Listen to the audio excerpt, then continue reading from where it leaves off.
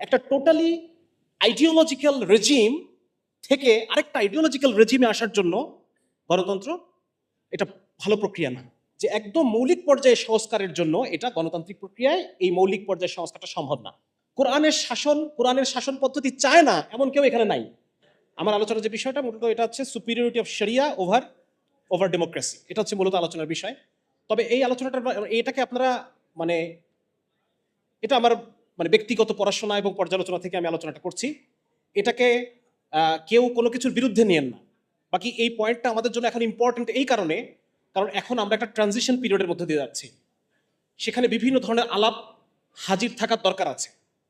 আজকে আলহামদুলিল্লাহ একটা সংস্কারমুখী, সবখানে চারিদিকে সংস্কারের আওয়াজ, সেইখানে আলোচনাটা আমি এই জন্য করতেছি যাতে করে আমাদের ইসলামী শরিয়ার যে পার্সপেক্টিভ এটা যেন টেবিলে হাজির থাকে।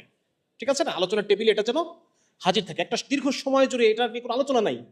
এটা নিয়ে কোনো কেন বর্তমান ওয়েস্টার্ন ডেমোক্রেটিক সিস্টেমের চেয়ে আমাদের ইসলামী সিস্টেম এই যে শাসন ব্যবস্থার মধ্যে অনেক কারেকশন দেয়, আমাদের ইসলামী যে শরিয়া সিস্টেম এটা কেন আরো বেশি জনকল্যাণমূলক, এমনকি অমুসলিমদের জন্য জনকল্যাণমূলক, more than secular Democratic system. আমি খুব স্পষ্ট করে বলতেছি, ইসলামী যে শরিয়া যে নীতিমালা ইসলাম দেয়, সেই নীতিমালাগুলো অমুসলিমদের জন্যও এটা আরো বেশি জনকল্যাণকর, more than secular Democratic system. তো এই বিষয়গুলো আমাদের আলোচনায় থাকতে হবে। একটা সময় পর্যন্ত আলোচনাগুলো আমরা করতে পারতাম না, কিন্তু এখন আমরা আলোচনাগুলো করব। বিভিন্ন ফোরামে আলোচনাগুলো আমরা করব, বিভিন্ন জায়গায় আমরা আমাদের এই সলিউশনগুলোকে আমরা প্রেজেন্ট করব। ঠিক আছে না? তো যার কারণে আমার এই আলোচনাটা মূলত এই জন্য কোনো কারো খণ্ডনে না, বরং এই আলোচনাটা হচ্ছে একটা আলোচনা যেন আমাদের আলোচনার টেবিলে সবসময় থাকে। এই জন্য ইসলামী শরিয়া যে কেন বেটার এবং বেস্ট, এই আলোচনাটা যেন সবসময় থাকে। এবং এখানে আপনারা যারা আছেন অধিকাংশই আপনারা বিভিন্ন জায়গায় ক্যাম্পাসে মহল্লায় দাওয়াতি কাজ করে থাকেন। সুতরাং আমার মনে হয় যে আমি আপনাদেরকে যদি কিছু ইনপুট দেই এটা অনেক বেনিফিশিয়াল হবে ইনশাআল্লাহ তাআলা। তো মূলত রাষ্ট্র সংস্কারের আলোচনা চলছে, এই সময় যেন আমাদের এই ইসলামী শরিয়ার বিষয়গুলো টেবিলে থাকে। এটাকে আমরা শরিয়ার আমি বলছি না, এখন এটাকে আমি কোরআনের শাসন বলছি, কারণ মানুষ এটা বোঝে। শরিয়া শব্দটা অনেকেই বোঝে না, সুতরাং এটাকে আমরা কোরআনের শাসন পদ্ধতি বলবো। ঠিক আছে? আচ্ছা, এখন প্রথমে আমি শুরু করব যেহেতু আমরা একটা ট্রানজিশন পিরিয়ডের মধ্যে যাচ্ছি যেখানে বিভিন্ন ধরনের রাজনৈতিক আলাপ আসছে। তো এইখানে একটা জিনিস আপনাদের আমি দৃষ্টি আকর্ষণ করতে চাই, সেটা হচ্ছে যে ছাত্র জনতা গণ অভ্যুত্থানটা হয়ে গেল, এটা কিন্তু আমাদেরকে অনেক কিছু শিখিয়ে দিয়ে গেছে, যেটা অনেক বই পড়ে আমরা শিখতে পারতাম না। ঠিক কি না? অনেক কিছু আমরা চোখে দেখে শিখেছি, অনেক কিছু আমরা প্র্যাকটিক্যালি শিখেছি, মাঠে থেকে শিখেছি। অনেক কিছু আমরা যেগুলো ঘন্টার পর ঘন্টা লেকচারে আমরা শিখতে পারতাম না, অনেক বই পড়ে আমরা শিখতে পারতাম না, সেই বিষয়গুলো আমরা শিখে ফেলেছি। তার মধ্যে তিনটা চারটা পয়েন্ট আমি আপনার সামনে উল্লেখ করতে চাই। সেটা হচ্ছে, এক নম্বর হলো প্রফেসর ডক্টর ইউনূস নিঃসন্দেহে একজন মেধাবী মানুষ। এ ব্যাপারে কারো কোনো সন্দেহ আছে? এই মেধাবী মানুষটা কি কখনো শাসক হতে পারতেন যদি গণতান্ত্রিক প্রক্রিয়া আসতেন? এনিওয়ান? তার মানে গণতান্ত্রিক প্রক্রিয়ায় মেধাবী মানুষদের, সৎ এবং যোগ্য মানুষদের শাসকের পর্যায়ে আসার সম্ভাবনা আমি কম বলবো, কম। ঠিক আছে না? কম। দুই নম্বর হচ্ছে, যদি সংবিধানকে সংস্কার করতে হয়, মৌলিক সংস্কার, রাষ্ট্রের মৌলিক পর্যায়ে সংস্কার করতে হয়, সেটা কি গণতান্ত্রিক প্রক্রিয়া সম্ভব ছিল নাকি এখন সম্ভব? এখন সম্ভব, ঠিক কিনা? এখন সম্ভব। এটা গণতান্ত্রিক প্রক্রিয়ায় রাষ্ট্র কাঠামো, সংবিধান, বিভিন্ন পলিসি পর্যায়ে যে মৌলিক পরিবর্তন, সেটা সম্ভব না, যেটা আমরা এখন বুঝতে পারতেছি। এখন এগুলো সংশোধনের আলাপ আসছে, আরো হয়তো আসবে। তিন নম্বর হচ্ছে, একটা আইডিওলজিক্যাল, যেমন আওয়ামী লীগ গভর্নমেন্ট যখন ছিল সেখানে একটা নির্দিষ্ট আইডিওলজিক্যাল প্যাটার্ন ছিল, ঠিক না? সেখানে মুক্তিযুদ্ধের চেতনা, বঙ্গবন্ধুর চেতনা, এই বিষয়গুলো বেশি ছিল। তারপর যে কি বলা যায়, স্বাধীনতা বিরোধী, প্রতিক্রিয়াশীল, রাজাকার, এই যে একটা ন্যারেটিভ, এই ন্যারেটিভটাকে কি গণতান্ত্রিক প্রক্রিয়ায় সরানো সম্ভব ছিল? এটাকে সরানো হয়েছে কি একটা অভ্যুত্থানের মাধ্যমে। অগণতান্ত্রিক প্রক্রিয়ায় ন্যারেটিভটা, এখনকার ন্যারেটিভটা দেখেন, এখন আমরা 72 থেকে 75 ইতিহাসটা আলোচনা করতেছি কিনা? এটা আমরা করতে পারতাম যদি গণতান্ত্রিক প্রক্রিয়া হতো। সুতরাং একটা টোটালি আইডিওলজিক্যাল রেজিম থেকে আরেকটা আইডিওলজিক্যাল রেজিমে আসার জন্য গণতন্ত্র এটা ভালো প্রক্রিয়া না, এটা যথেষ্ট প্রক্রিয়া না। ঠিক আছে? তিন নম্বর হচ্ছে, আমরা আরেকটা জিনিস এখান থেকে শিখেছি, সেটা হচ্ছে যে এই ধরনের একটা আইডিওলজিক্যাল রেজিম চেঞ্জ করতে হলে মিলিটারিজম ছাড়াও এরকম আইডিওলজিক্যাল রেজিম চেঞ্জ করা গেল না গেছে। তাহলে এই চারটা কিন্তু আমরা একটা মৌলিক শিক্ষা পেলাম এখানে। এটা আমি এই লাস্টেরটা আমি কেন বললাম, এটা আমি শেষে বলবো কেন আমি লাস্টেরটা বললাম। তার মানে একটা জিনিস আমরা দেখলাম যে গণতন্ত্রের মাধ্যমে মেধাবী এবং যোগ্য মানুষের চেয়ে অসৎ এবং অপরাধী মানুষ শাসকের পজিশনে যাওয়ার সম্ভাবনা, আপনারা যারা এখানে অনেকেই আমার চেয়ে অনেক বয়স্ক, আমি 2001 থেকে 2006-07 আমার বয়স কত ছিল, আপনারা তখন অনেকে অনেক ম্যাচিউর, আপনারা ওই আলোকে আরো অনেক কিছু আমার আলোচনায় কানেক্ট করতে পারবেন, ঠিক আছে না? অলরেডি এই ডক্টর ইউনূসের সরকার আসা মাত্রই আপনি দেখবেন বিভিন্ন বিশ্ববিদ্যালয়ের হলগুলো দখল হয়ে যাচ্ছে, বিভিন্ন বাজারে চাঁদা ওঠানোর জন্য বিভিন্ন বাজারে হ্যাঁ অন্য কেউ এসে দখল করতেছে, আমরা শুনছি না এগুলো? আমরা শুনছি। সুতরাং মানে এভাবে মৌলিক পর্যায়ে সংস্কার এভাবে আসে না। তার মানে মোটামুটি এই ছাত্র জনতার গণ আন্দোলন থেকে এই চারটা শিক্ষা কিন্তু আমরা পেয়ে গেলাম যে একদম মৌলিক পর্যায়ে সংস্কারের জন্য এটা গণতান্ত্রিক প্রক্রিয়ায় এই মৌলিক পর্যায়ে সংস্কারটা সম্ভব না। তাহলে এখন বর্তমান যে সেকুলার সিস্টেম, এইটাকে আমরা সবাই এখানে মুসলমান, আমরা সবাই এখানে ইসলামকে ভালোবাসি, আল্লাহকে ভালোবাসি, তার রসুলকে ভালোবাসি, ইসলামী শরিয়াকে ভালোবাসি, কোরআনের শাসন পদ্ধতি চায় না এমন কেউ এখানে নাই। এবং আপনি যদি আজকে বাংলাদেশে গণভোট করেন যে কোরআনের শাসন চাও নাকি কোরআন ছাড়া শাসন চাও, আমার মতে এই বাক্যটার উপর যদি গণভোট নেন, অধিকাংশ মানুষ এই কথা বলবে যে আমরা কোরআনের শাসন চাই, বুঝুক আর না বুঝুক, ঠিক কি না? সুতরাং জনগণের মতামতের প্রতিফলন এই গণতান্ত্রিক প্রক্রিয়ায়, বিশেষ করে ওয়েস্টার্ন ডেমোক্রেটিক যে সিস্টেম, এই সিস্টেমে জনগণের মতামতের প্রতিফলন। আমার কথা বুঝতে পারতেছেন? এটা আমি আরো বিস্তারিত সামনে আলোচনা করবো যদি সময় পাই, যে কিভাবে এটা জনগণের মতের প্রতিফলন এখানে ঘটে না, এখানে ঘটে বণিকদের মতামতের প্রতিফলন, প্লুটোক্রেসি। এটা আমি সামনে আলোচনা করব। তাহলে একটা জিনিস আমরা বুঝলাম যে এই ছাত্র আন্দোলন আমাদেরকে কি শিক্ষা দিয়ে গেছে। 2 নম্বর যেটা, সেটা হচ্ছে যেহেতু এখন একটা সংস্কারের কথা চলছে, যে গত 50 বছরে যে বাংলাদেশ আমরা দেখেছি এই বাংলাদেশ আমরা দেখতে চাই না, দ্বিতীয় স্বাধীনতা অর্জন হয়েছে, আমরা নতুন একটা বাংলাদেশ দেখতে চাই, রাইট? এটাই তো সব মহল তো এই কথাই বলছে। দেখেন, আমি খুব ইতিহাস থেকে আমি উল্লেখ করতে চাই যে উপনিবেশিক শাসন পার হয়েছে এরকম কোন দেশ, উপনিবেশিক শাসন ছিল এমন কোন দেশ গণতান্ত্রিক প্রক্রিয়ায় উন্নত হয় নাই। ইভেন যারা আজকে মানে উপনিবেশিক শাসক যারা ছিল তারাও গণতান্ত্রিক প্রক্রিয়ায় আজকের পজিশনে আসা নেই। আমাকে আপনি উদাহরণ দিতে বলেন। যেমন ব্রিটিশের উপনিবেশ কারা কারা ছিল? ভারত, পাকিস্তান, বাংলাদেশ আমরা ছিলাম, মালয়েশিয়া ছিল, সিঙ্গাপুর ছিল, সাউথ চায়না ছিল ব্রিটিশের উপনিবেশ। আজকে চীন যে পর্যায়ে আসছে, is it through democracy? No. Singapore আজকে এই পর্যায়ে, আপনারা জানেন কেন এই পর্যায়ে? 31 বছর ধরে লি কুয়ান শাসন করেছে সেখানে। আমাদের দুর্ভাগ্য যে আমরা লি কুয়ান পাই নাই, আমাদের দুর্ভাগ্য যে আমরা এই খুনি এবং অপরাধী একজনকে পাইছি, আমরা লি কুয়ানকে পাই নাই। মালয়েশিয়া কিভাবে উন্নতি করলো? Is it through democracy? 22 বছর শাসন করেছেন ডাক্তার মাহাথির মোহাম্মদ। সুতরাং আপনি যদি একটা দেশের র্যাডিক্যাল ইকোনমিক ডেভেলপমেন্ট চান, তাহলে সেই ক্ষেত্রে গণতন্ত্র এটা ভালো কোনো পদ্ধতি না। আরেকটা উদাহরণ আমি দিতে পারি আপনাকে। এটা হচ্ছে পশ্চিম আফ্রিকার একটা দেশ, খুব সম্ভবত দেশটার নাম গিনি। সেখানের একটা র্যাডিক্যাল পরিবর্তন এনেছিলেন একজন কমিউনিস্ট আর্মি অফিসার, আমি নামটা এই মুহূর্তে মনে করতে পারতেছি না ওনার। পরবর্তীতে তাকে ফ্রান্স আবার কাউন্টার কু করে তাকে সরায় দেয়। মানে ওই সময় মাত্র 3-4 বছরের মধ্যে বিপুল উন্নতি, স্বাস্থ্য খাত, এই খাত, সেই খাত, বিভিন্ন বিপুল উন্নতি। এটা আমি আনতে পারলাম না, দুঃখিত। আর বর্তমানে যারা গণতন্ত্র বলে এটাকে প্রমোট করতেছে, প্রত্যেকটা দেশে দেশে গিয়ে গণতন্ত্র মানে দেওয়ার, গণতন্ত্র ইম্পোজ করার নৈতিক দায়িত্ব যারা পালন করতেছে যে সমস্ত দেশগুলা, তারা কি গণতন্ত্র করে উন্নত হয়েছে? আজকের ইংল্যান্ড, ব্রিটেন গণতন্ত্র করে উন্নত হয়েছে? নো। ইংল্যান্ড, ফ্রান্স, স্পেন, এগুলো তো আমরা জানি যে তারা কলোনিয়াল পিরিয়ড পার করছে। হোয়াট অ্যাবাউট, আচ্ছা, গণতন্ত্রের সূচকে সবচেয়ে আপনার একটু আনতে চাচ্ছি। দেখেন, গণতন্ত্রের সূচকে সবচেয়ে টপ কান্ট্রি কারা কারা?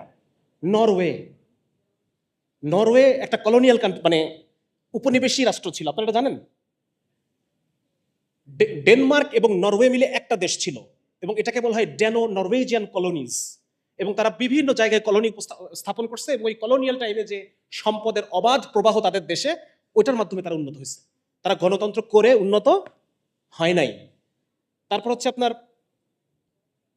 সুইডেনের কলোনিয়াল ইতিহাস আছে, এবং তারা দাস ব্যবসায় খুব অ্যাক্টিভ। তারা সরাসরি কোনো মানে বড় এলাকা শাসন করছে তা না, তবে তারা অন্যান্য কলোনিয়াল যারা শাসক যে সমস্ত রাষ্ট্র তাদের সাথে সম্পর্ক রেখে তারা দাস ব্যবসা করত, এবং 1,10,000 দাস ঘানা বা সেই সময়কার গোল্ড কোস্ট থেকে নিয়ে আমেরিকাতে ট্রান্সফার করা, এটা করছে এই সুইডিশ কলোনিয়াল আফ্রিকা থেকে এই দাসটা গেছে। তার মানে আমি বুঝতে পারলাম যে আজকে যারা গণতন্ত্র করে যারা সবখানে গণতন্ত্র দেওয়ার মহান দায়িত্ব পালন করছে, তারা ডেনমার্ক, এই 5টা দেশের মধ্যে Norway, Finland, Sweden, Iceland, Denmark. ফিনল্যান্ডের ইতিহাস হচ্ছে, ফিনল্যান্ড তাদের নর্দার্ন ফিনল্যান্ডে সামি পিপল, একটা তাদের বড় এলাকার মধ্যে একটা উপজাতি, একটা মাইনরিটি কমিউনিটি আছে, তাদেরকে ক্রমাগতভাবে তাদেরকে শোষণ, এক্সপ্লয়টেশন করার মধ্য দিয়ে ফিনল্যান্ড তাদের যে সম্পদ আজকে যে, এবং একটা জিনিস হচ্ছে অনেক উদাহরণ দেন যে তাহলে পরে এই সমস্ত উন্নত দেশে গণতন্ত্র কিভাবে ফ্রুটফুল হচ্ছে। আপনি বলতেছেন যে কলোনিয়াল পিরিয়ডে যারা ইকোনমিক ট্রানজিশনের মধ্য দিয়ে যাচ্ছে সেখানে এটা এরা ফ্রুটফুল হচ্ছে না, কিন্তু উন্নত বিশ্বে ফ্রুটফুল কিভাবে হচ্ছে। দেখেন, আপনি যখন ডাকাতি করে নিয়ে পর্যাপ্ত সম্পদ আপনার আছে, আপনার যখন ইকোনমিক সলভেন্সি আছে, আপনার যখন অর্থনৈতিক নিরাপত্তা আছে, স্বাভাবিক টেন্ডেন্সি মানুষের যে সে অপরাধী আর ফার্দার অপরাধী সে হবে না। এটা মানুষের স্বাভাবিক সাইকোলজিক্যাল টেন্ডেন্সি হচ্ছে এটা।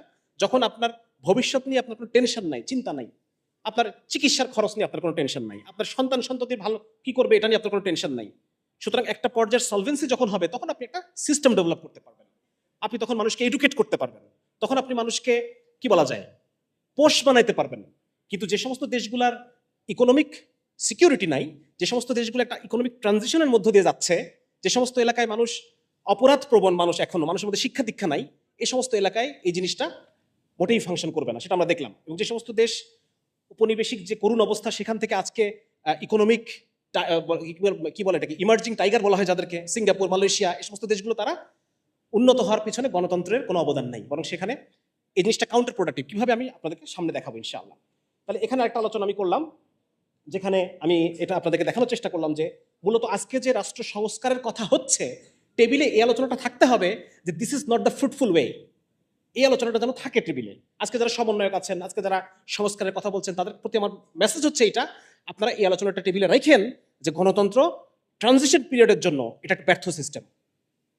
এখানে এক শয়তান গিয়ে এক অপরাধী দল গিয়ে আরেকজন আসে, সে একই রকম ভাবে অপরাধ করে, যেই যায় লঙ্কায় সেই হয় হনুমান।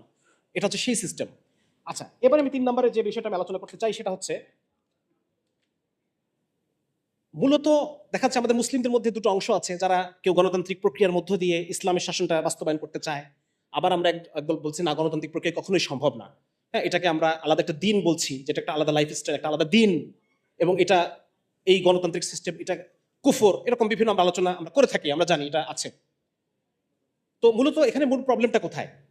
যে যারা গণতন্ত্রের পক্ষে কথা বলতেছেন তারা মনে করছেন যে গণতন্ত্র মানে শুধু একটা ইলেকটোরাল সিস্টেম, শুধু একটা ইলেকটোরাল সিস্টেম।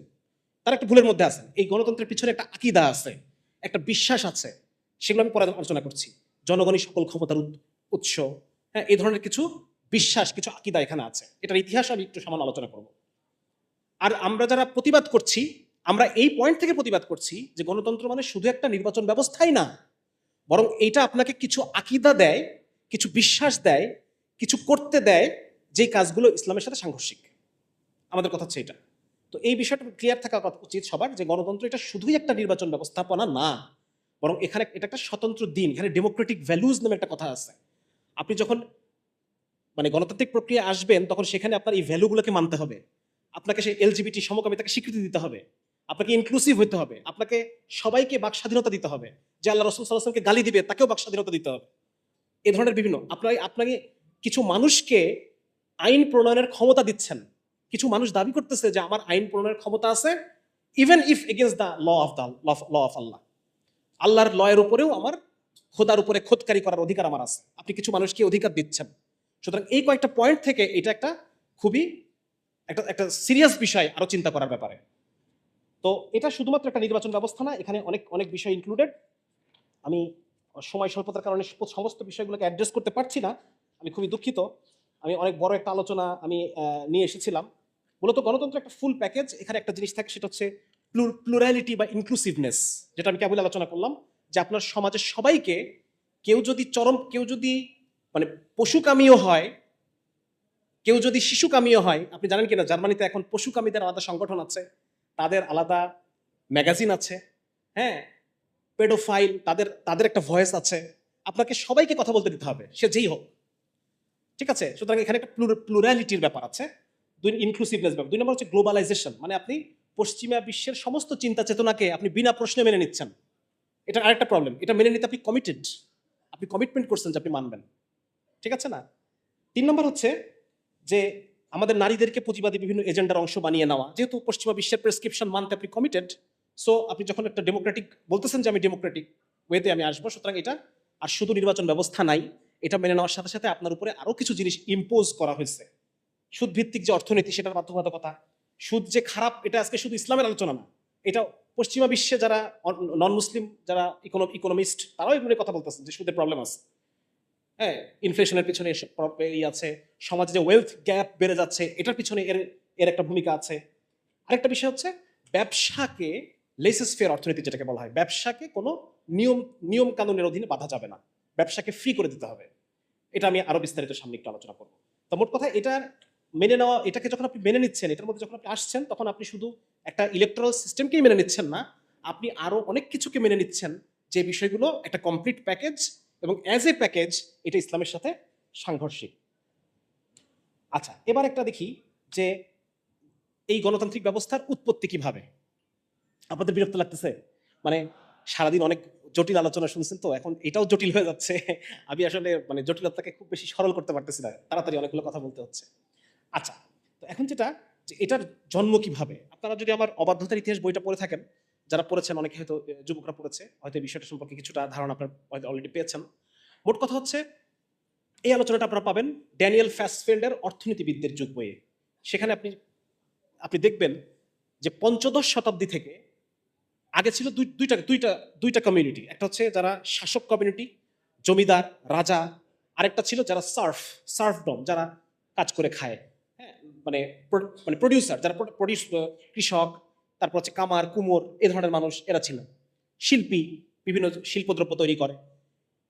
পঞ্চদশ শতাব্দী থেকে যখন আহ, যখন বিভিন্ন জায়গায় কলম্বাসের আমেরিকা আবিষ্কার হয়ে গেল, নিউ ওয়ার্ল্ড, নতুন নতুন ভূখণ্ড তারা আবিষ্কার করলো, হ্যাঁ, ইন্ডিয়াতে আসলো, তাহলে আমরা জানি 1492 সালে কলম্বাস আমেরিকা আবিষ্কার করে, তার মানে 1500 শতাব্দী, এই সময় 1500-1600 শতাব্দীতে। এই সময় এই যে ব্যবসার যে একটা বিরাট দুয়ার খুলে গেল, এর ফলে ব্যবসায়ী সম্প্রদায়, এই যে মাঝখানের ব্যবসায়ী সম্প্রদায়, রাজা জমিদার, নিচে হচ্ছে উৎপাদক, মাঝখানে আছে ব্যবসায়ী সম্প্রদায়, এই ব্যবসায়ী সম্প্রদায়টা তখন ফ্লারিশ হলো, এই ব্যবসায়ী সম্প্রদায় তখন উন্নতি হলো।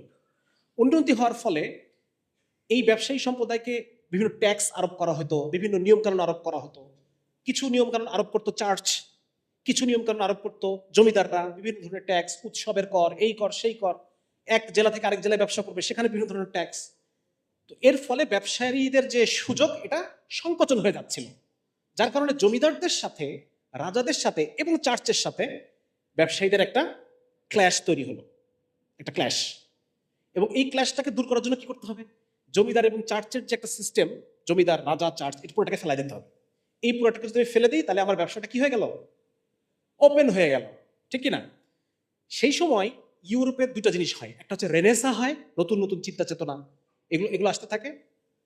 মানে মূলত ধর্মকে অস্বীকার করে মানুষ কেন্দ্রিক চিন্তা চেতনা। আগে বলা হয়তো যে জান্নাত পাওয়া এটা জীবনের লক্ষ্য, এখন বলছে না, জান্নাত পাওয়া না, মানুষের সুখী জীবনের লক্ষ্য।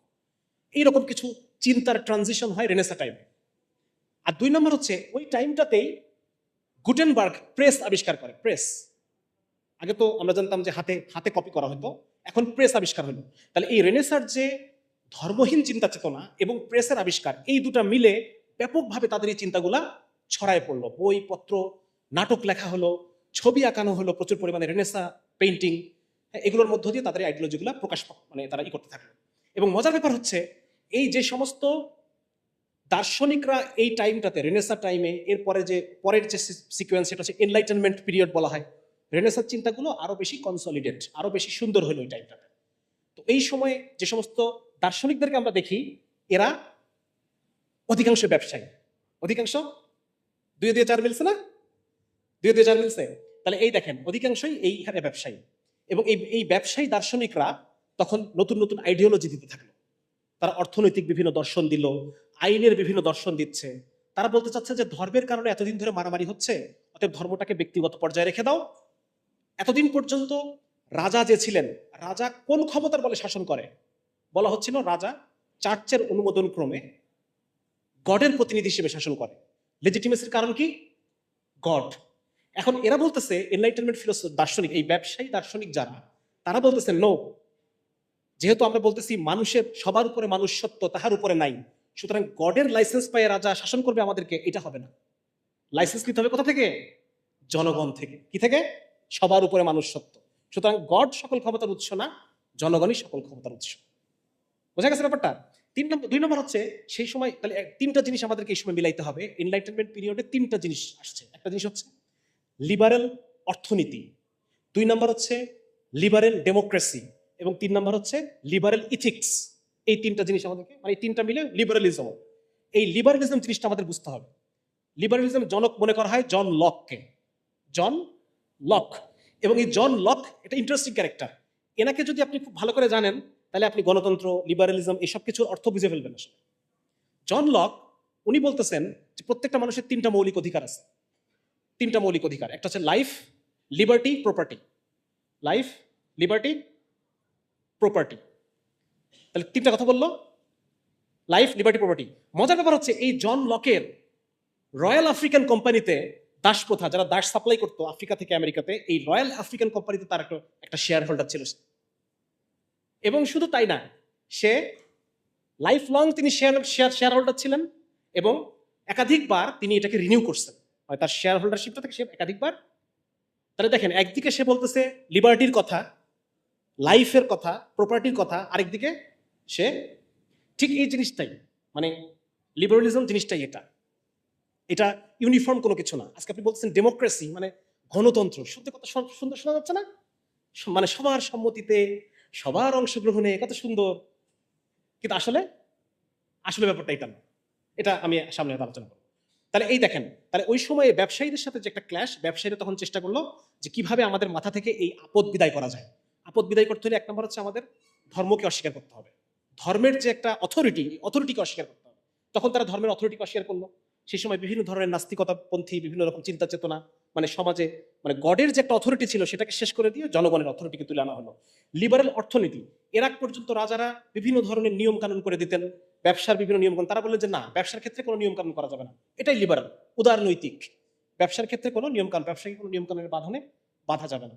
আরেকটা হচ্ছে এই যে এখন এতদিন পর্যন্ত ঈশ্বরের অনুমোদন ক্রমে রাজা শাসন করতেন, তাহলে এখন তো আমরা রাজাকে ফেলে দিলাম, এখন তো আমরা জমিদারদেরকে ফেলে দিলাম, এখন শাসন করবে কে? এখন কে শাসন করবে? এখন যে শাসন করবে সে যেন ব্যবসা বান্ধব হয়, সে যেন কি হয়? ব্যবসার পক্ষে সুবিধাজনক হয়, এরকম সরকার আমাদের লাগবে। 5 বছর থাকবা, যদি আমাদের পক্ষে পলিসি করো তাহলে থাকলা, 15 বছর থাকলা, সমস্যা নাই। আর যদি 5 বছর পর মনে হয় যে না তুমি আমার পক্ষে নাই, তোমাকে বাদ দিয়ে আমি আরেকজনকে সাপোর্ট দেব। বোঝা গেছে ব্যাপারটা? এই যে একটা পরিবর্তনশীল সরকার ব্যবসার পক্ষে। দেখেন, কিছুদিন আগে যখন আন্দোলন চলতেছিল তখন ব্যবসায়ীরা শেখ হাসিনাকে ডেকে অনেক কিছু বলছে না? আবার এখন কি বলতেছে? গতকালকে কি বললো? তাহলে এই যে একজন যায় আরেকজন আসে, কিন্তু ওরা কিন্তু ঠিকই থাকে, ওরা কিন্তু ঠিকই থাকে। এখন আমি আপনাদেরকে দুটা মানে কোট শোনাই। মার্কিন যুক্তরাষ্ট্রের অ্যাটর্নি জেনারেল রামসে ক্লার্ক উনি বলতেছেন, দেখেন কি উনি বলতেছেন, আমেরিকার চেয়ে বড় ডেমোক্রেসি তো নাই, আছে নাকি? আমেরিকা তো ডেমোক্রেসির কি বলা যায়, মানে হ্যাঁ, মানে ডেমোক্রেসি আমেরিকা ডেমোক্রেসি আমেরিকা, এটা হচ্ছে প্রতিশব্দ আর কি, সমার্থক শব্দ। তাহলে আমেরিকার সাবেক অ্যাটর্নি জেনারেল রামসে ক্লার্ক বলতেছেন, this is not a democracy, this is a plutocracy. Plutocracy মানে বণিকতন্ত্র, ব্যবসায়ীদের কথা মতো চলে সরকার। আমি শেষ করি এটা, the people don't rule here, wealth rules, corporations rule, they rule the Congress, they elect the president, they run the Pentagon, they own the media. তাহলে আমেরিকার ডেমোক্রেসির জন্য যদি এটা সত্য হয়, আমাদের ডেমোক্রেসির জন্য এটা আরো বেশি সত্য, রাইট? তাহলে দেখেন, এই হচ্ছে অবস্থা। মানে মোট কথা, ডেমোক্রেসিটা হচ্ছে বণিকদের শাসন। আপনি দেখবেন এক সরকার কি আরেক সরকার যায়, কিন্তু অমুক গ্রুপের, সামিট গ্রুপ, অমুক গ্রুপ, এসালাম গ্রুপ, এদের কিন্তু চেঞ্জ হয় না, এরা কিন্তু থাকে, এরা থাকবেই। এবং এরাই প্রতিবার এরা সরকারকে ফান্ডিং করে, ব্যবসায়ী। একটা একটা গুরুত্বপূর্ণ গণতন্ত্রের একটা ডিমেরিটস হচ্ছে যে এক তো বললাম যে অযোগ্য লোকের শাসন, 2 নম্বর হচ্ছে এটা অনর্থক অপব্যয় হয়। অপব্যয় কিভাবে হয়? যে এই জনমত গঠন, এই নির্বাচনী প্রচারণা, এই সেই প্রচুর খরচ, এই খরচে যে ইনভেস্ট করবে, স্বাভাবিকভাবে আমি যখন ক্ষমতায় আসবো সে আমার কাছে কিছু দাবি করবে না? সে আমার কাছ থেকে বিভিন্ন রকম চাবে তো। এইভাবে দুর্নীতিটা তৈরি হয়, আমাকে তার কথা রাখতে হবে। সুতরাং এইসব আলটিমেটলি এটা হচ্ছে government of the capitalist, by the capitalist, for the capitalist. ঠিক আছে? আচ্ছা, এখন আরেকটা বিষয়, আমার সময় শেষ হয়ে যাচ্ছে দ্রুত, আমি কি দিয়ে কি কোনটা রাখবো কোনটা বলবো আমি বুঝতে পারতেছি না। তাহলে গণতন্ত্র হচ্ছে প্লুটোক্রেসি বা বণিকতন্ত্র, এবং এটা হচ্ছে জনমতের যে প্রতিফলন। দেখেন, এটা নিয়ে একটা বিস্তারিত আলাপ আছে আমার, যে কেন গণতন্ত্র জনমতের প্রতিফলন না। যেমন ধরেন আমি আপনাকে বলি, আচ্ছা আচ্ছা, ঠিক আছে ঠিক আছে ঠিক আছে ঠিক আছে, আচ্ছা আচ্ছা আচ্ছা। দেখেন আমি আপনাদেরকে বলি, বর্তমানে যিনি জামাত ইসলামের আমির, এই মানুষটাকে খুব পছন্দ হয় না? হ্যাঁ, এখন বলেন যে এই মানুষটা যদি আমাদের শাসক হয় তাহলে ভালো হবে না খারাপ হবে? ভালো হবে। কিন্তু গণতান্ত্রিক সিস্টেমে এই মানুষটা কি শাসক হতে পারবে আমাদের? উনি প্রধানমন্ত্রী হতে পারবে? আপনি দেখেন এই মানুষটা যেভাবে কাজ করতেছে, আজ থেকে যদি 3-4 বছর উনি কাজ করেন, সারা বাংলাদেশে কাজ করেন, সারা বাংলাদেশ চাচ্ছে উনি আমাদের প্রধানমন্ত্রী হোক, উনি পারবে? সম্ভব? সম্ভব না। তাহলে এখানে জনমতের প্রতিফলন হবে না। আপনাকে এ দল যাকে চুজ করে দিবে, বি দল যাকে চুজ করে দিবে, এই দুজনের মধ্যে একজনকেই আপনার বানাইতে হবে। অথচ দুজনের কাউকে আমি চাই না। আমি চাই আমার পাড়ার যে হেডমাস্টার সাহেব, শফিকুল সাহেবকে চাই আমি। এই শফিকুল সাহেব একজন ভালো মানুষ, আমানতদার মানুষ, 5 ওয়াক্ত নামাজি মানুষ, ইনি অত্যন্ত ম্যাচিউর চিন্তা ভাবনা। এই মানুষটা যদি আমার নেতা হইতো আমার খুব ভালো হতো, আমার মনটা শান্ত হইতো। পারবে সে বানাতে কোনোদিন? কোনোদিন পারবে না। সুতরাং আক্ষরিক অর্থে জনমতের প্রতিফলন, যেটাকে বলা হয় গণতন্ত্র শুনলেই যে কানের মধ্যে একটা ফিল গুড ভাইব দেয়, এই ফিল গুড ভাইবটা আসলে মিথ্যা মিথ্যা একটা ভাইব দেয় আপনাকে। হ্যাঁ, এটা আমি একটু আলোচনা করি, তাহলে পরে আপনাদের সুবিধা হবে। দেখেন আরেকটা জিনিস আমি বলি। হ্যাঁ, 10 মিনিট। আচ্ছা, হ্যাঁ আচ্ছা ঠিক আছে, আমি শেষ করে দিচ্ছি। আচ্ছা, দেখেন একটা জিনিস বলি আমি, লীগের একটা কমিটি, ধরেন ছাত্রলীগের একটা কমিটিতে 51 সদস্যের কমিটি হয় সাধারণত। এইটা আপনার ওয়ার্ডে হবে, এইটা কি বলা যায়, বিভিন্ন ক্যাম্পাস হবে, ওয়ার্ড পর্যায়ে হবে, থানায় হবে, মহানগর হবে, এই সে বিভিন্ন জায়গায় কমিটি হবে, 51 জন। তার মানে একটা ওয়ার্ডে কত মানুষ থাকে? ধরেন 2000, 3000। তো 3000 মানুষের মধ্যে 51 জন মানুষ সে বিশ্বাস করে আমি আইনের ঊর্ধ্বে। সে কি বিশ্বাস করে? যে আমি যদি কোনো ভুল করি আমাকে বাঁচানোর জন্য অমুক ভাই আছে, সেটা বিশ্বাস করে। এই 51 জন মানুষের সাথে প্রত্যেকের সাথে 10 জন, ধরেন প্রত্যেকের সাথে 10 জন মানুষ এই 51 জনের প্রত্যেকের সাথে পরিচিত নাকি? কারণ আমার চাস্তো ভাই কমিটিতে আছে। তাহলে এই 10 জন মানুষও মনে করে যে আমি যদি একটা ফলসে পড়ে যাই তাহলে আমাকে বাঁচানোর জন্য ভাই আছে, ভাইয়েরও আবার ভাই আছে, তাই না? অমুক ভাইয়ের সাথে আমার ভাইয়ের খুব উঠা বসা, ও আমাকে বাঁচায় নেবে। তাহলে এখন আপনি চিন্তা করে দেখেন যে অপরাধীর পরিমাণ কত বেড়ে যাচ্ছে। পটেনশিয়াল অপরাধী, যারা অপরাধ করতে চায়, অপরাধ করে পার পেতে চায়, পটেনশিয়াল অপরাধী মানুষের সংখ্যা কত বেড়ে যাচ্ছে। হ্যাঁ, এরকম ভাবে আমি একটা এস্টিমেট করছি, মোটামুটি আমার এস্টিমেশন অনুযায়ী যে সারা বাংলাদেশে যদি আপনি একটা দল ধরেন তাহলে সেই ক্ষেত্রে 6,70,000 মানুষ আছে। 6,70,000 মানুষ তারা মনে করে যে আমি অপরাধ করলে পার পেয়ে যাব। আর এর সাথে প্রত্যেকের সাথে 10 জন করে ধরলে পরে প্রায় 6 কোটি মানুষ মনে করে যে আমি যদি অপরাধ করি আমার পার পেয়ে যাওয়ার একটা সম্ভাবনা আছে। সম্ভাবনা বোঝা গেল? তাহলে একটা দেশের মানুষের মধ্যে মাইন্ডসেট যদি এটা দাঁড়ায় যে আমি অপরাধ করলে পরে পার পেয়ে যাওয়ার একটা রাস্তা আমার আছে, তাহলে এই দেশটা কি কোনোদিন প্রোগ্রেস করতে পারবে? কোনোদিন আগাইতে পারবে?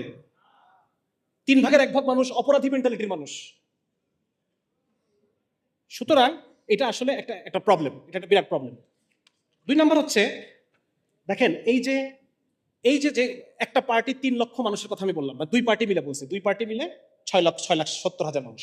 এক পার্টির মানুষ আমি ধরলাম 3 লক্ষ মানুষ যাদের পেশা রাজনীতি, যাদের পেশা, তাহলে এই 5 বছরে যে আছে পরের 5 বছরে সে থাকবে না। সুতরাং পরের 5 বছরের আখের তাকে এই 5 বছরে গোছাইতে হবে। আপনাদেরকে আমি একটা উদাহরণ শোনাই। আমি যেখানে চাকরি করতাম সেখানে যিনি এমপি নমিনেশন কিনতে হয়, এমপি নমিনেশন কিনতে হয়, 30 কোটি টাকা দিয়ে এমপি নমিনেশন কিনছে। তাহলে এই মানুষটা যখন 5 বছর থাকবে, এই 30 কোটি টাকা সে উঠাবে না? আবার পরের 5 বছরের জন্য আরো 30 কোটি টাকা উঠাবে। সুতরাং একটা উন্নয়নশীল দেশের জন্য এই ফরম্যাটটা একটা ব্যর্থ ফরম্যাট, একটা ব্যর্থ।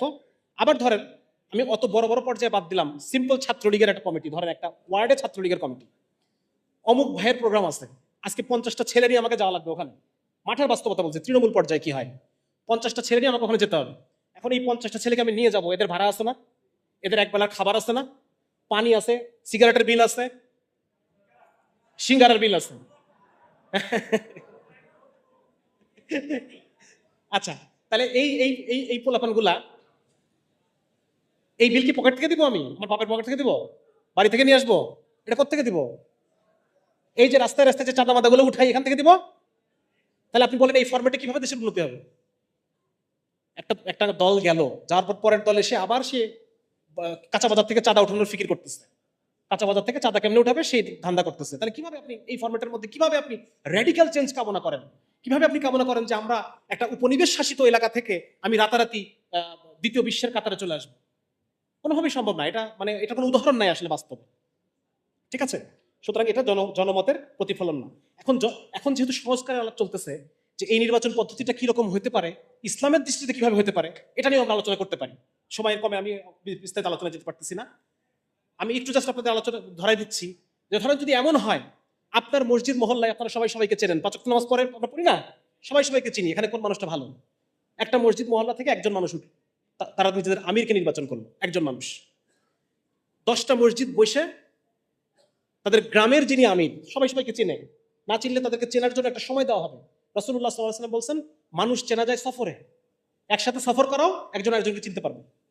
তাহলে যদি আমি এভাবে মানুষ চেনা, তাহলে 9 মসজিদের 9 জন আমির মিলে নিজেকে ছাড়া আরেকজনকে ভোট দিয়ে তাদের আমিরটা তো গ্রামের আমির তৈরি করবে। 10টা গ্রামের 10 জন মিলে বসে তারা তখন তৈরি করবে ইউনিয়নের আমির। ইউনিয়নের 10 ইউনিয়নের আমির বসে তাদের নিজেদের মধ্যে নিজেকে ছাড়া আরেকজনকে ভোট দিতে হবে, নিজেকে ছাড়া। হ্যাঁ, এটা কিন্তু রাসূলের হাদিস যে যে ক্ষমতা চায় তাকে ক্ষমতা দিও না, যে ক্ষমতা চায় প্রার্থী তাকে ক্ষমতা দেওয়া যাবে। তাহলে এই 10 জন মানুষের থেকে আবার আমি উপজেলার আমির তৈরি করতে পারবো।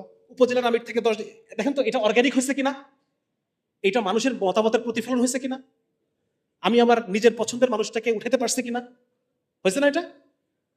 ঠিক আগে আরবে বিভিন্ন গোত্র তাদের যে গোত্রপতি চিফটাই নির্বাচন করতো, এইভাবে সমস্ত গোত্র মিলে একজনকে তারা পছন্দ করত, সে তখন গোত্রপতি হইত। তো এই দেখেন, এটা হচ্ছে অর্গানিক সিস্টেম, এটা হচ্ছে প্রকৃত অর্থে যদি আমি বলি যে গণতন্ত্রের মানে মানুষের মতামতের প্রতিফলন, মানুষের প্রতিনিধি, এটা হচ্ছে সেই পদ্ধতি। সুতরাং এখন যদি আপনারা রাষ্ট্র সংস্কারের কথা বলেনি, সুতরাং এই কথা, আমাদের এই কথাগুলো যেন আপনারা টেবিলে রাখেন, আমরা যে কথাগুলো বলতেছি, এটা হলো আরেকটা জিনিস। এবার শেষ করে দেই, আরেকটা হচ্ছে যে এটা হচ্ছে বর্তমান যে গণতান্ত্রিক ব্যবস্থা, এটা সাম্রাজ্যবাদের এন্ট্রি পয়েন্ট, সাম্রাজ্যবাদের হাতিয়ার, সাম্রাজ্যবাদ ঢোকে এখানে। একটা সময় ছিল যখন ব্রিটিশ ইস্ট ইন্ডিয়া কোম্পানি তারা কি করতো, তারা নিজেরা আর্মি নিয়ে আসতো নাকি, তাদের দুর্গ থাকতো এখানে, সেই দুর্গের মধ্যে তারা নিয়ে এসে আর্মি রাখতো, সেই আর্মি দিয়ে তারা জুলুম নির্যাতন করতো, এলাকা দখল করতো, খাজনা উঠাইতো। খাজনা উঠে দুর্ভিক্ষ বাধাই দিচ্ছে আমাদের বাংলাদেশে। 4 কোটি মানুষ মারা গেছে দুর্ভিক্ষে, 4 কোটি মানুষ এই বাংলাদেশে দুর্ভিক্ষে মারা গেছে। তো এই যে একটা সময় এরকম ছিল। এখন কিন্তু দেখবেন ইস্ট ইন্ডিয়া কোম্পানির যারা, ফর এক্সাম্পল আমাদের কুষ্টিয়াতে প্রথম স্টেশন বাংলাদেশে, আপনারা জানেন নাম কি? জগতী স্টেশন। এই জগতী স্টেশনটা করা হয়েছে কেন? যাতে কুষ্টিয়া, মেহেরপুর, চুয়াডাঙ্গা এই এলাকা থেকে তামাক, সবচেয়ে ভালো তামাক হয় এখানে, এখনো হয়। এই তামাকগুলোকে তারা এখান থেকে সরাসরি কলকাতা নিয়ে যাবে, কলকাতা থেকে জাহাজে উঠাবে, জাহাজে করে একবারে ইংল্যান্ডে নিয়ে যাবে, জগতী স্টেশন। এখন ওই জায়গায় আজকে তো স্টেট মানে নাই, কি আছে জানেন? British American tobacco. কি আছে? একই জিনিস না? মাল্টি ন্যাশনাল কোম্পানি, বিভিন্ন দেশে দেশে তাদের ব্রাঞ্চ, তারা এখান থেকে তামাক নিচ্ছে, তামাক নিয়ে তারা সবচেয়ে ফার্স্ট ক্লাস তামাক, first grade, second grade, third grade, fourth grade নিয়ে চলে যাচ্ছে ওই দেশে। একই জিনিস, আমাদেরকে মিনিমাম মূল্য দিচ্ছে। আগে যেরকম মিনিমাম মূল্য দিত, এখনো মিনিমাম মূল্য দিচ্ছে, একই জিনিস। তাহলে আমি যেটা বলতে চাচ্ছি যে এই দেখেন যে সাম্রাজ্যবাদের এন্ট্রি পয়েন্ট হচ্ছে এই। এখন ধরেন আপনি যদি ব্রিটিশ আমেরিকান টোবাকোর ব্যবসা বাংলাদেশে বন্ধ করে দেন, কি করবে বলেন তো? তাদের তো আর্মি নাই, তারা কি করবে? আপনি বাংলাদেশে ব্রিটিশ আমেরিকান টোবাকো, তামাক নিয়ে প্রচুর প্রচারণা চলতেছে না, তামাক খারাপ, এই সেই, তামাক দমন আইন এগুলো আছে। তো ব্রিটিশ আমেরিকান টোবাকোর যদি আজকে আপনি ব্যবসা বন্ধ করে দেন, তাহলে ব্রিটিশ আমেরিকান টোবাকো জানাবে কাকে? আমেরিকার প্রেসিডেন্ট বাইডেনকে জানাবে। বাইডেন কি করবে? কাকে প্রেসার দিবে বাইডেন? বাংলাদেশকে প্রেসার দিবে। তখন বাংলাদেশের আর্মি গিয়ে আপনাকে বুঝছেন? মানে আগে যেটা হয়তো ওরা নিজেদের আর্মি দিয়ে করতো, এটাই এখন করে বিভিন্ন গণতান্ত্রিক দেশের আর্মি দিয়ে। অগণতান্ত্রিক দেশের আর্মি দিয়ে করাতে পারবে না। কিন্তু চীনের আর্মিকে পারবে? চীনে এক সময় ব্রিটেনরা এই এলাকায় আফিম প্রডিউস করতো, আফিম প্রডিউস করে নিয়ে যায় দক্ষিণ চীনে। আপনারা জানেন প্রথম আফিম যুদ্ধ, দ্বিতীয় আফিম যুদ্ধ, এগুলো আসতে কিন্তু ওদেরকে নিয়ে যায় সেবন করাইতো আফিম। আফিম আফিম অপিয়াম ড্রাগ, কোকেন। এখন যদি ব্রিটিশ আমেরিকান টোবাকো চায় যে আমরা এখানে আফিম প্রডিউস করে নিয়ে আমি চীনের লোকদেরকে আফিম খাওয়াবো, পারবে? পারবে না। সুতরাং এটা হচ্ছে এন্ট্রি পয়েন্ট। তারা এভাবে বিভিন্ন দেশের উপরে তাদের ক্ষমতা বজায় রাখে। আজকে আমি ব্রিটিশরা আমাদেরকে ছেড়ে চলে গেছে, কলোনিগুলোকে স্বাধীন করে দিচ্ছে ঠিক, কিন্তু এই গণতন্ত্রের মধ্য দিয়ে তারা তাদের প্রভাবকে টিকায় রাখে, তারা তাদের স্বার্থকে টিকায় রাখে, স্বার্থকে তারা বজায় রাখে। এটা গেল। এবার আমি আসলাম ইসলামী ব্যবস্থায়। অনেক সমস্যা আছে, সেগুলো আমি আলোচনা করলাম না, 5 মিনিটের মধ্যে শেষ করে দিব ইনশাআল্লাহ। ইসলামী ব্যবস্থাটা কেমন এটা বুঝতে হলে আপনাদেরকে আমি একটু প্লেটো, মানে গণতন্ত্র জিনিসটা পুরোটাই দাঁড়ায় আছে। কিছুক্ষণ আগে আমি রেনেসার কথা বলছি, রেনেসাতে আপনারা মানে বিরক্ত হচ্ছেন না তো? আচ্ছা, রেনেসা টাইমে তারা একটা জিনিস ছিল সেখানে, যে এই যে ক্রিশ্চিয়ানিটি, এইটা ইউরোপের বাইরের জিনিস। এটা ইউরোপের কোত্থেকে আসছে? ফিলিস্তিন থেকে।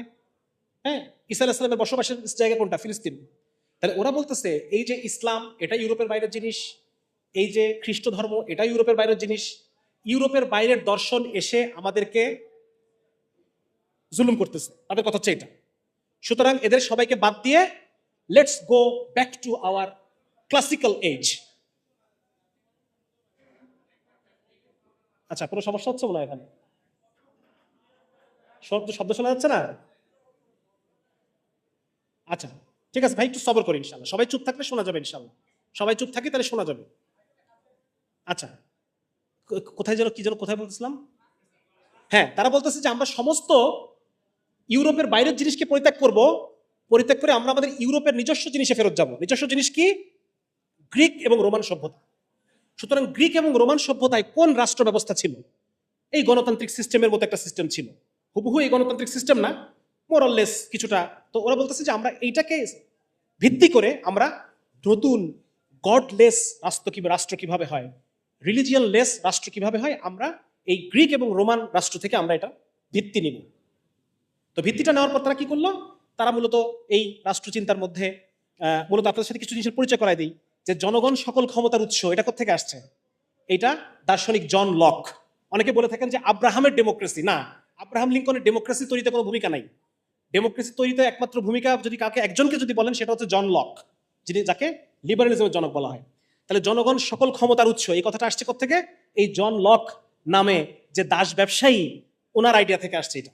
2 নম্বর হচ্ছে যে জনগণ সার্বভৌম কিনা এটা বোঝা যাবে কিভাবে? যদি জনগণের আইন তৈরি করার ক্ষমতা থাকে। আইন তৈরি করার মধ্য দিয়ে বোঝা যাবে আপনি সার্বভৌম কিনা। এই কথাটা কার? ফরাসি দার্শনিক মন্টেস্কু, ওনার। 3 নম্বর হচ্ছে যে আইনসভা, বিচার বিভাগ, নির্বাহী বিভাগ যে আলাদা আলাদা করে একটা ব্যালেন্স করা, এটা হচ্ছে এটাও মন্টেস্কুর। ঠিক আছে? ওনারা এই যে গণতান্ত্রিক ব্যবস্থাটাকে সাজালেন মূলত গ্রিক এবং রোমান নগর রাষ্ট্রগুলোর উপর ভিত্তি করে। তাহলে খুব ইম্পর্টেন্ট একটা রোল এখানে প্লে করতেছে প্লেটো। দার্শনিক প্লেটো, তার যে রাষ্ট্রচিন্তা, ওখানে উনি আদর্শ রাষ্ট্রটা, এটা শুনলে খুব মজা পাবেন আপনারা একটু মন দিয়ে শোনেন। প্লেটোর যে রাষ্ট্রচিন্তা, সেখানে উনি আদর্শ রাষ্ট্রের কথা বলেন। কিসের রাষ্ট্রের কথা বলেন? আদর্শ রাষ্ট্র। সে রাষ্ট্রটা কি দেখেন? 5 মিনিট আছে, আমি শেষ করে দিচ্ছি। 1 নম্বর হচ্ছে উনি বলতেছেন যে দার্শনিক রাজা দেশ চালাবে। কে চালাবে? ফিলোসফার কিং, দার্শনিক রাজা। দার্শনিক রাজাকে, দার্শনিক রাজা হচ্ছে যিনি পরম জ্ঞানে জ্ঞানী, সেখানে মন্ত্রীরা পরম জ্ঞানে জ্ঞানী, যুক্তি বুদ্ধি সম্পন্ন। ঠিক আছে, তাহলে এটা জিনিস মনে রাখেন, দার্শনিক রাজা, যার কাছে জ্ঞান আছে, যার কাছে নৈতিকতা দিয়ে যিনি চালিত, এইরকম একজন রাজা। কল্পনা করেন, চোখ বন্ধ করে কল্পনা করেন কে সে। 2 নম্বর হচ্ছে দার্শনিক মানে হলো যার কাছে আছে পরম জ্ঞান, অ্যাবসলিউট নলেজ যার কাছে আছে, এবং জ্ঞান যুক্তি তাকে প্রবৃত্তির উপরে জয়ী হতে দেয় না। তিনি নিজের প্রবৃত্তিকে প্রাধান্য দেন না, তার উপরে যে জ্ঞান আছে সেই জ্ঞানকে তিনি প্রাধান্য দেন, সেই জ্ঞানের অধীন। ঠিক আছে। 3 নম্বর হচ্ছে যে শাসক, এরপর অন্যান্য কথাবার্তা আছে। 3 নম্বর বলতেছেন যে শাসক শ্রেণীর ব্যক্তি মালিকানা থাকবে না, তাদের কোনো পরিবার থাকবে না, এগুলো আসলে গ্রহণযোগ্য না। একজন মানুষের পরিবার থাকবে না, এগুলো হতে পারে না। তাহলে একটা জিনিস আমরা বুঝলাম, এখানে একজন দার্শনিক রাজার কথা বলা হচ্ছে যিনি জ্ঞানের অধীন। মেলে কিনা আমাদের সাথে মেলে? আমরা যে ইসলামিক কোরআনের শাসন বলতেছি সেই শাসনের সাথে মেলে? মিলতেছে? আচ্ছা, এখন এরিস্টটল তার গুরু প্লেটো তার ভুল ধরতেছে, ভুল ধরে বলতেছে যে এইখানে ঐশী আইনের অধীন থাকতে হবে সবাইকে। ঐশী যে আইন, সে আইনের অধীন রাজাকে থাকতে হবে, বাকিদেরকেও থাকতে হবে। তার মানে মোট কথা আমরা দেখতে পাচ্ছি যে এখানে মোরাললেস একটা তাকওয়া শাসিত রাষ্ট্রের কথা বলা হচ্ছে, ঠিক না? তাহলে আমরা যে কোরআনের রাষ্ট্রের কথা বলতেছি, এই কনসেপ্টের সাথে মিলতেছে কিনা? এবার দেখেন এরিস্টটল কি বলতেছেন। এরিস্টটল তার এই গুরুর এই রাষ্ট্রটাকে নিয়ে সমালোচনা করলেন এবং বললেন যে এটা প্রায়োগিক না, এটাকে প্রয়োগ করা যাবে না। সুতরাং এরিস্টটল আমি একটা প্রায়োগিক রাষ্ট্রের কথা বলতেছি। কি বলতেছেন উনি? বলতেছেন যে একজন জ্ঞানী রাজা থাকবে, নৈতিক রাজা, যিনি নৈতিকতা ও আইন দ্বারা পরিচালিত, এবং এই রাষ্ট্রের লক্ষ্য হচ্ছে জনস্বার্থ, ন্যায়, সমৃদ্ধি এবং সবার কল্যাণ। ভালো কথা। তার মানে আমাদের খলিফার মতো শোনা যাচ্ছে, ঠিক না? তারপর বলতেছে আইনের অধীন জ্ঞানী কতিপয় ব্যক্তি রাজার সিদ্ধান্তকে গড়ে দেন, উপদেশ দেন, খণ্ডন করেন। কোন শব্দটা ভাসতেছে আমাদের মনে? শুরা, রাইট। আচ্ছা, আমি বলবো, আপনারা শব্দটা বলবেন, ঠিক আছে? 3 নম্বর হচ্ছে জনগণ রাজার আনুগত্যে সম্মতি দেয় আইনের শর্তে। হ্যাঁ, ঠিক আছে, ভেরি গুড। আচ্ছা, তারপরে বলতেছে যে এরিস্টটল সেই সময়কার প্রাচীন গ্রিক যে নগর রাষ্ট্র, সেই নগর রাষ্ট্রের 158টা সংবিধান উনি রিভিউ করে উনি এই রাষ্ট্রের চিন্তাটা উনি পেশ করতেছে। উনি বলতেছে সাধারণ শিক্ষায় শিক্ষিত জনগণ, সাধারণ শিক্ষায় শিক্ষিত জনগণ। বলেন তো আমাদের, বলেন কি? এল ফরজ। আচ্ছা, ভালো কথা। জনগণ সামরিক চরিত্রের জনগণ। ন্যায়ের একটা কমন মান থাকবে সবার, ন্যায়ের একটা কমন মান থাকবে জনগণের। তাকওয়া, ঠিক আছে। এখানে কতিপয়তন্ত্র মানে কয়েকজন মিলে দেশ চালানো, এবং রাজতন্ত্র এবং গণতন্ত্র সবকিছুর এলিমেন্ট থাকবে। সুরাও থাকবে, খলিফার অ্যাবসলিউট পাওয়ারও থাকবে, সুরাও থাকবে, জনগণের বায়াতও থাকবে, সব থাকবে। ঠিক আছে। উনি বলতেছেন পরেরটা হলো পদ গ্রহণে আগ্রহ কম। ঠিক আছে। আচ্ছা, ঠিক আছে। তারপরে হচ্ছে স্থায়িত্বের প্রবণতা। এই সরকারটার একটা স্থায়িত্বের প্রবণতা থাকবে। বিনা কারণে বৈধ খলিফার বিরুদ্ধে বিদ্রোহ করা নাজায়েজ, রাইট? আচ্ছা, ঠিক আছে। এবার বলতেছে এই রাষ্ট্রটা হবে সাংবিধানিক রাষ্ট্র, আইন দ্বারা নিয়ন্ত্রিত রাষ্ট্র। কোন আইন? ফাইন, ঠিক আছে। এবং সর্বত্র একটা মধ্যপন্থা রাখা হবে। কি রাখা হবে? মধ্যপন্থী অনুমত। ঠিক আছে। যেমন শাসকদের সম্পদ মধ্যপন্থায় থাকবে। প্লেটো বলছিল শাসকদের কোনো সম্পদ থাকবে না, আর ইনি বলতেছেন থাকবে, মধ্যপন্থা থাকবে। রাষ্ট্রের আকার মধ্যপন্থা থাকবে, মধ্যবিত্তদের শাসক শ্রেণীতে আসা এবং আদেশ দান, মানে নাহি আনিল মুনকার এবং সৎপথে আদেশ, সৎপথে নিজে, এটা একটা মধ্যপন্থা থাকবে। রাষ্ট্রের লক্ষ্য উন্নত মানের সৎ ও নৈতিক জীবন গঠন। ঠিক আছে। আচ্ছা, সৎগুণ ও নৈতিক উৎকর্ষে যে শ্রেণী যত অগ্রসর, রাষ্ট্র ক্ষমতায় তাদের অংশগ্রহণ তত বেশি। কারা? উলামায়ে কেরাম। আচ্ছা, ফাইন। সৎগুণের অধিকারী হওয়া এটাই ক্ষমতা লাভের চূড়ান্ত মাপকাঠি। সৎগুণ থাকতে হবে তার মধ্যে। চোর, বাটপার, ওই কি বলে লুটেরা, ঘুষখোর, এগুলো না, সৎগুণ থাকতে হবে। আচ্ছা, কোন শ্রেণী যদি সম্পদালাও হয়, সৎগুণ না থাকলে তার শাসনে অংশ নাই। তাহলে আমরা বুঝলাম সংবিধান ও আইনের শাসন। এবং আইনের শাসনটা কেমন? যে আইন স্বার্থ নিরপেক্ষ, কোন আইন সেটা? আল্লাহর আইন। সার্বজনীন, সার্বভৌম সে আইন। আচ্ছা ফাইন, নৈতিকতা এবং আইন দুটাই লাগবে। আচ্ছা ভালো কথা, আইনই ন্যায়, যে আইনের ভিত্তি নৈতিকতা। রাষ্ট্র একটা নৈতিক প্রতিষ্ঠান, সরকার হচ্ছে আইনের খাদেম, সেবক। সরকার আইনের খাদেম। আইনই জনগণ এবং শাসকের মাঝখানে চুক্তি, ঠিক আছে না? আবু বকর রাদিয়াল্লাহু যখন খলিফা হয়েছে তখন কি বলছেন? যে আপনাকে বায়াত দিচ্ছি একমাত্র কোরআন এবং হাদিস অনুসারে চালাবেন, এই শর্তে, আইনের শর্তে, এছাড়া আপনার সাথে কোনো সম্পর্ক মানে অন্য কোনো ভিত্তি নাই। সুবহানাল্লাহ, সুবহানাল্লাহ, শরিয়া মানার শর্তে। আর হচ্ছে সুশীল সমাজ, তারা নিশ্চিত করবে রাষ্ট্র আইনের প্রাধান্যে চলছে কিনা। এবং ওয়েস্টার্ন একাডেমিশিয়ানরা দেখেছেন যে ইসলামের পুরা ইতিহাস জুড়ে ওলামা ইকরাম যদিও রাষ্ট্রের বাইরে ছিলেন, শাসনের বাইরে থাকতেন, কিন্তু তারা একটা পায়াস অপোজিশন হিসেবে, pious opposition party, pious opposition party হিসেবে তারা সবসময় শাসককে নসিহা করা, শাসককে প্রতিবাদ করা, এটা ওলামা ইকরাম সবসময় জারি রাখছে। সুতরাং আমরা বুঝতে পারলাম আপাতত যে যে গণতান্ত্রিক শাসন ব্যবস্থার মধ্যে যে ফ্ল বা যে ত্রুটিগুলো আছে, এই সবগুলো ত্রুটি আপনি একটার পর একটা সমাধান করে করে করে করে আসেন। এবার সমাধানগুলোকে একসাথে জোড়া লাগান। এটা কি? এটা কি ভাই? এই আলোচনাটা আমাদের টেবিলে রাখতে হবে, এই আলোচনাটা চায়ের দোকানে থাকতে হবে। প্রত্যেকটা বেকার যেন বুঝতে পারে সে যে আজকে বেকার, এর কারণ। একজন পতিতা যেন বুঝতে পারে যে আজকে যে তাকে দেহ বিক্রি করে খেতে হয়, এর কারণ। প্রত্যেকটা মানুষ, প্রত্যেকটা মজলুম যেন বুঝতে পারে, এমনকি জালেম সে নিজেও মজলুম। এই যে পুঁজিবাদী গণতান্ত্রিক টোটাল যে একটা সিস্টেম, এই সিস্টেমটা জালেমকে মজলুম বানায়, মজলুমকে জালেম বানায়। রিক্সাওয়ালা ওই ট্রাফিক পুলিশকে চাঁদা দেয়, আবার রিক্সাওয়ালা আমার কাছ থেকে অতিরিক্ত ভাড়া রাখে, ঠিক কি না? জালেমও সে নিজে, জালেমও সে নিজে, মজলুমও। যে আমার কাছ থেকে 1 কোটি টাকা যে ঘুষ নিল, এই লোকটা আবার এই টাকা তো থাকবে না, কোন একখানে ওকে দিতে হবে, ওর কাছ থেকে চলে যাবে। যার মানে বোঝা যাচ্ছে যে ইসলামের যে যে কোরআনের শাসন ব্যবস্থার কথা আমরা বলতেছি, this is far superior than this western modern Democratic system, ঠিক আছে? এবং এটা নিয়ে আরো আলোচনা হতে পারে, ঘন্টার পর ঘন্টা আলোচনা হতে পারে। এখন তো সময় কম, যার কারণে বিস্তারিত আলোচনা করা গেল না। এখন আমাদের কথা হচ্ছে, এখন যদি আপনি গণভোট করেন যে আপনারা কোরআনের শাসন পদ্ধতি চান নাকি কোরআন ছাড়া শাসন পদ্ধতি চান, কোনটা চান, তাহলে ডেফিনেটলি মানুষ তো এটাই চাবে। তাহলে এখন আমাকে বলেন যে এটাকে টেবিলে না আনার কারণ কি? এই চিন্তাগুলোকে, এই কথা, আমাদের কথাগুলো করে শোনেন যে আমরা কি বলতে চাই।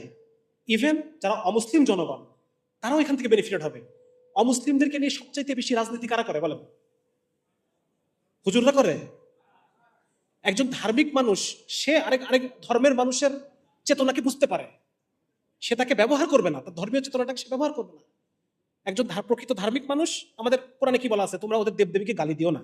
হতে পারে তারাও অজ্ঞতাবশত তোমার আল্লাহকে গালি দিয়ে বসবে। তাহলে একজন ধার্মিক মানুষ কখনো পারে যে সে একজন অমুসলিমকে জুলুম করবে? সে তো কখনোই কাজটা করবে না। সে কখনোই তার প্রতিবেশী যে অমুসলিম আছে তার উপর জুলুম করবে না। কে জুলুম করবে? হ্যাঁ শেষ, কে জুলুম করবে? জুলুম করবে হচ্ছে যে তাকে ভোট ব্যাংক বানাইছে, সে জুলুম করবে। সে নিজেই, আপনারা দেখছেন না পেপারে যে এই লীগ নিজেই অমুসলিমদের ঘরে ঘরে আগুন দেয়, অমুসলিমদের বিভিন্ন ইটি ভাঙে আর দোষ দেয়, এবং নিজের একটা ভ্যালিডিটি তৈরি করে। লীগের একটা ভ্যালিডিটি যে আমরা যতদিন আছি ততদিন তুমি ভালো আছো। প্রতিবার দেখবেন যে ওই ভারত থেকে একজন কেউ আসে আর তখন একটা মন্দিরে আগুন দেয়, তখন ঘরে আগুন দিবে, এবং নিজের একটা ভ্যালিডিটি তৈরি করে যে আমি যদি না থাকি এর কিন্তু আগুন কিন্তু শেষ হয়ে গেল, সুতরাং তোমরা আমাকে আবার বসাও, আমাকে আবার ভোট দাও। তো যার কারণে যারা যদি প্রকৃত অর্থে ইসলামী কোরআনের শাসনটা আসে, এটার বেনিফিশিয়ারি অমুসলিমরাও হবে, ঠিক আছে না? হবে। তো মোট কথা আমার আলোচনা মোটামুটি এই পর্যন্তই। আমি একটু 1 মিনিট দেখি যে আলোচনা করতে চেয়েছিলাম কিন্তু করতে পারি নাই। হ্যাঁ, শেষ না? আচ্ছা, একটা একটা জিনিস বলে শেষ করে দিই লাস্ট, সেটা হচ্ছে এই শাসন ব্যবস্থাটা কেমন শাসন ব্যবস্থা আমি একটু আপনাদেরকে বলে দেই। যে এটা হচ্ছে একটা সুরাভিত্তিক শাসন, একটা বোর্ড, হ্যাঁ, এবং খলিফা নিজেও ওই সুরার যে পরামর্শ মাশওয়ারা, এগুলাকে খলিফা নিজেও মানবেন, সুরার অধীন থাকবেন। আচ্ছা, 2 নম্বর হচ্ছে জবাবদিহিতামূলক শাসন, শরিয়ার আনুগত্য। শরিয়ার আনুগত্য করবেন, আপনাকে আমরা বায়াত দিছি, শরিয়াতের আনুগত্য করবেন না, বায়াত শেষ। নৈতিক দিক থেকে শ্রেষ্ঠ মানুষরা আমাদের শাসক হবে, নৈতিক দিক থেকে শ্রেষ্ঠ। একটা নৈতিক শাসন ব্যবস্থা, একটা পুরো আর্মি নৈতিক আর্মি, একটা অফিস নৈতিক অফিস, একটা বাজার নৈতিক বাজার। এখানে অনৈতিক কিছু নাই, ঠিক আছে? এখানে একটা চেইন অফ কমান্ড থাকবে। আমিরের হুকুম মানে একটা ধর্মীয় কর্তব্য। তারপর হচ্ছে দণ্ড দণ্ড প্রদান, এটার উদ্দেশ্য কেবল শাস্তি না, এটার উদ্দেশ্য সোশ্যাল ইঞ্জিনিয়ারিং। আপনি ওই জেলের মধ্যে কাকে কাকে ফাঁসি দিচ্ছেন এটা আমার মনে কোনো ইম্প্যাক্ট ফেলে না, আর এখানে যদি ফাঁসি দেন তাহলে যারা দেখবে তাদের মনের মধ্যে কি ওই চোখে ভাসবে সবসময় যে ও বাবা ওই লোক তো ধর্ষণ করার জন্য ফাঁসিয়েছে, আর সেই কাজ করবে না। Social engineering, social conditioning. তারপর হচ্ছে সুদ ভিত্তিক অর্থ ব্যবস্থা বিলোপ হবে। সুদ কি করে? সুদ হচ্ছে সম্পদের প্রবাহ ঊর্ধ্বমুখী করে, আর আমাদের জাকাতের সিস্টেমটা সম্পদের প্রবাহ, সম্পদকে রিডিস্ট্রিবিউশন করে, উপর থেকে নিচে নামায়। হ্যাঁ, কুরবানি অর্থ উপর থেকে নিচে নামায়, তারপর জাকাত নিচে নামায়। আর সুদ কি করে? শুধু সম্পদ উপরের দিকে উঠায়, গ্যাপ তৈরি হয় মানুষের মধ্যে। আচ্ছা, তারপর হচ্ছে সত্যিকারের দারিদ্র বিমোচন হবে এটা দিয়ে। তারপর বিভিন্ন সিন্ডিকেট, দেখেন যেদিন হাসিনা পড়ছে তারপরের দিন কাঁচা বাজারের দাম কমে গেছে না, সবকিছুর দাম কমে গেছে, সিন্ডিকেট ভেঙে গেছে। তাহলে ইসলামী শাসন ব্যবস্থা ঠিক এরকম একটা কিছু হবে, সব সিন্ডিকেট ভেঙে যাবে, কোনো সিন্ডিকেট থাকবে না। কারণ যারা শাসক তারা তো আর ওই ব্যবসায়ীদের কাছে দায়বদ্ধ না। ইসলামী শাসনের দায়বদ্ধ, এখন যে ক্ষমতা আসবে সে দায়বদ্ধ ব্যবসায়ীদের কাছে, সিন্ডিকেটের কাছে। কিন্তু ইসলামী শাসনে শাসকরা কারো কাছে দায়বদ্ধ, শুধুমাত্র কোরআনের কাছে দায়বদ্ধ, আর কারো কাছে দায়বদ্ধ না। আচ্ছা, তারপর হচ্ছে ভ্যাট। আপনি যে 100 টাকার সাবান 115 টাকায় কেনেন, সব ধরনের ভ্যাট থাকবে না সেখানে। মানে কি বলা যায়, মানুষের সব দ্রব্যমূল্য আরো কমে আসবে। মানুষ ইসে ঘুষ, দুর্নীতি, হয়রানি, আমলাতান্ত্রিক জটিলতা থাকবে না। এই যে ব্যুরোক্রেসি, দেখেন এক সরকার কি আরেক সরকার আসে, কিন্তু আমলারা কিন্তু ঠিকই থাকে, ব্যবসায়ী আমলারা ঠিকই থাকে। সুতরাং এটার মধ্য দিয়ে একটা ইতিবাচক পরিবর্তন সম্ভব না। আপনি তো আমলাদের পরিবর্তন করতে পারতেছেন না, ব্যবসায়ীদের পরিবর্তন করতে পারতেছেন না। ঠিক আছে? আচ্ছা, শেষ আমার আলোচনা মোটামুটি। আচ্ছা, শেষ হয়েও হইল না শেষ। আরেকটা জিনিস বলি, সেটা হচ্ছে আচ্ছা এটা এটা শেষ হোক এনিওয়ে। আচ্ছা, আরেকটা জিনিস হচ্ছে আমাদের যে ব্রিটিশ কমন ল আমরা ফলো করি, এইখানে বিচারটা হয় রাষ্ট্র ভার্সেস আসামি। আমি যে ভুক্তভোগী, ধরেন আমার ভাইকে হত্যা করলো, ওই লোকের ফাঁসি হয়ে গেল, এখানে আমার কোনো স্টেক নাই, আমি কোনো কিছু পাচ্ছি না। মানে বিচারটা হয় রাষ্ট্র ভার্সেস আসামি। কিন্তু ইসলামিক ব্যবস্থায় বিচারটা হয় বাদী বনাম আসামি। এটা একটু মাথায় রাখেন, রাষ্ট্র ফৌজদারি অপরাধ, রাষ্ট্র বনাম আসামি মামলাটা হয়। সুতরাং এটা ভুক্তভোগী কিছু পাচ্ছে না, ভুক্তভোগী কিছু বরং আমার কি গেল, উকিল পালতে গিয়ে সব গেল। আচ্ছা, তারপর উকিল কেন্দ্রিক দীর্ঘ বিচার প্রক্রিয়ার বদলে জুরি ভিত্তিক বিচার, যেটা দীর্ঘসূত্রিতা কমাবে। তারপর হচ্ছে সরকারি সম্পদের তসরুফ কমে যাবে, কারণ অফিসও তার কাছে তখন ধর্ম হবে। কি হবে? অফিসের কাজ, এখন তো সেকুলারিজম নাই, অফিসটাও তার ধর্ম। ঠিক আছে? নারীরা পৃথকীকরণ, সেগ্রিগেশন হবে, সরকারি অফিসাররা। আচ্ছা, এই মোটামুটি। এবং এর ফলে কি হবে দেখেন, এই ইসলামী রাষ্ট্র, এটা কাফেরদের কাছে সবচাইতে বড় দাওয়া, সবচেয়ে বড় দাওয়া মেশিনারি হচ্ছে ইসলামী রাষ্ট্র। আপনারা দেখছেন না আফগানিস্তানে যখন ইসলামী শাসন প্রতিষ্ঠা হয়েছে, তন্ময় ভট্টাচার্য কি বলছে এসে? কাবাবে গোশতের পরিমাণ। ও কিন্তু পরের দিনেও বুঝতে পারছে যে এখানে কোনো একটা বিশাল পরিবর্তন এসে গেছে, ওর কাছে পরের দিনে দাওয়াত চলে আসছে। কি এমন ঘটে গেল যে কাবাবে গোশতের পরিমাণ বেড়ে গেল? তন্ময় ভট্টাচার্যরা বুঝতে পারবেন যে something is very right about this people, এই লোকগুলা নিশ্চয়ই কোনো একটা কিছু আছে। সুতরাং ইসলামী যে কোরআনী রাষ্ট্র ব্যবস্থা, এটা হচ্ছে অমুসলিমদের প্রতি সবচাইতে বড় দাওয়াত, সবচাইতে বড় দাওয়াত। তো মোটামুটি আপনাদেরকে জোর করে আলোচনা শোনাইলাম নাকি? জোর করে শোনাইলাম। আচ্ছা, মাফ করে দিন। শোনেন, আপনারা যারা এখানে আছেন সবার কাছে আমার অনুরোধ, এই আলাপগুলো, আজকে যে আলাপগুলো আপনারা শুনলেন, এইগুলো বাসায়, অফিসে, স্কুলে, কলেজে, চায়ের দোকানে, সমস্ত জায়গায় আলোচনাগুলো চলবে। এই কথাগুলো আমরা শোনাবো মানুষকে, এতদিন শোনাইতে পারি নাই, এখন আমরা শোনাবো। ভাই, আল্লাহ তোমার জন্য কি পাঠাইছেন তুমি দেখো, এটা আল্লাহ তোমার জন্য পাঠাইছেন। আজকে তুমি যদি এটাকে না বোঝো, তুমি যদি এটাকে না চিনে তোমার মধ্যে গণতন্ত্রের পিপাসা অথচ কোরআনের আইনের পিপাসা নাই তোমার মধ্যে, তাহলে তো তুমি ওই সুখ পাবা না যেটা তুমি চাচ্ছ।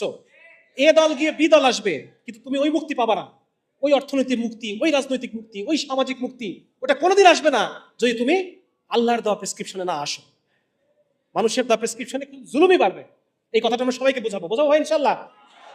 আজকের এই অনুষ্ঠান থেকে সবাই এইটুকু নিয়ে যান, টেক অ্যাওয়ে মেসেজ হচ্ছে যে আমরা কোরআনে রাষ্ট্রের যে ব্যবস্থাপনা, এইটা সম্পর্কে জ্ঞান অর্জন করব, এবং এই দাওয়াত আমরা প্রত্যেকটা মানুষের কাছে পৌঁছায় দেব।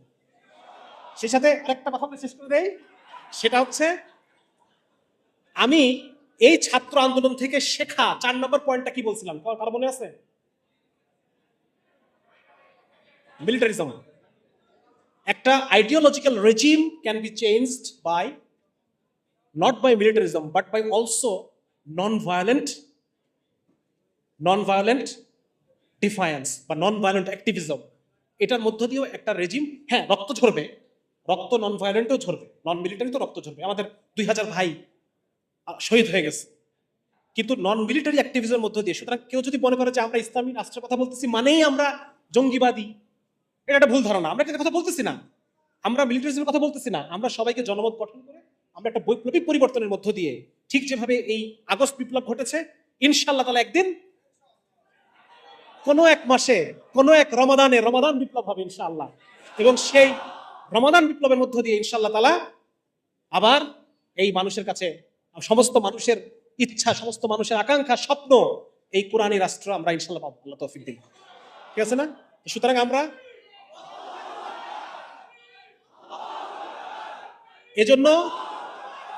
এজন্য আমাদের সবাইকে কাজ করতে হবে, বসে থাকার সময় নাই। সবাই যে কাজ করবো তো ইনশাআল্লাহ, করবো তো? আল্লাহ তাআলা আপনাদের সবাইকে কবুল করুন। আসসালামু আলাইকুম ওয়া রাহমাতুল্লাহি ওয়া বারাকাতুহু।